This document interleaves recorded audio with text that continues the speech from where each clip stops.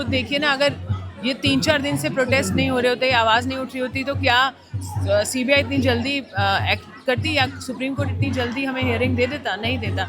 वो लोगों को भी मालूम है कि पब्लिक जाग गई है, अब ये कुछ भी नहीं कर सकते। इन्होंने जो अन्याय किया उसको अंडू करना पड़ेगा और इस बेटी को न्याय देना होगा। मैम, सोशल मीडिया पर और बाकी जगहों पर एक धारा है, सोशल मीडिया से भी एक नैरेटिव सेट करने की कोशिश की जा रही है कि जब लोअर कोर्ट से फैसला आया था तो उसको स्वागत किया गया, हाई कोर्ट का आ रहा है तो उसको स्वागत नहीं किया जा रहा है। और हम सर्वाइवर का भी एक इंटरव्यू देख रहे थे तो उसमें वो कह रही थी कि जज साहब ने दबाव में फैसला लिया है, पैसे लेकर के फैसला लिया, इस तरह के वो आरोप लगा रही थी। आपका क्या कॉलेज पर क्या? देखिए, कहीं ना कहीं गड़बड़ हुई है और मैं नहीं कह सकती कि जजेस की तरफ से हुई है, वकीलों की तरफ से हुई है। कहीं ना कहीं इसका कमज़ोर करने की कोशिश की गई है। आईओ पे भी आरोप ये लोग लगा रहे हैं और मैं देख रही हूँ कि गड़बड़ हर स्तर पर हुई है। आईओ ने अगर गलत रिप्रेजेंट किया तो क्या वकील सो रहे थे? मैं अपने ही अधिवक्ताओं से पूछ रही हूँ, इसी पीड़िता के अधिवक्ताओं से पूछ रही हूँ कि आप सो रहे थे? आपको समझ में नहीं आ रहा था क्या हो रहा है? अगर सीबीआई गलत चल रही थी तो आप किस लिए हो?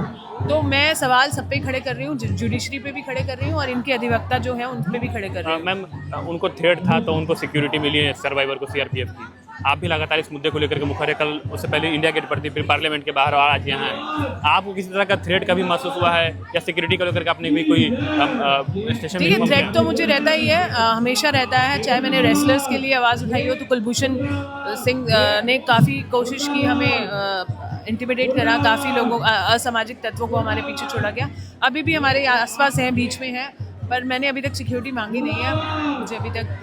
मैंने अभी डिमांड नहीं की। एक लास्ट सवाल मैम, जी। बेटी बचाओ बेटी पढ़ाओ के नारे के साथ मोदी सरकार आई थी, अब की बार बहुत वो महंगाई की मार बाकी चीज़ों पर आई थी, और आज इस तरह से लगातार मामले आ रहे हैं। पहले रेसलर्स का आया था, ब्रिजभूषण शरद सिंह का, और फिर कुलदीप सिंह सेंगर का, प्रज्वल रन्ना का।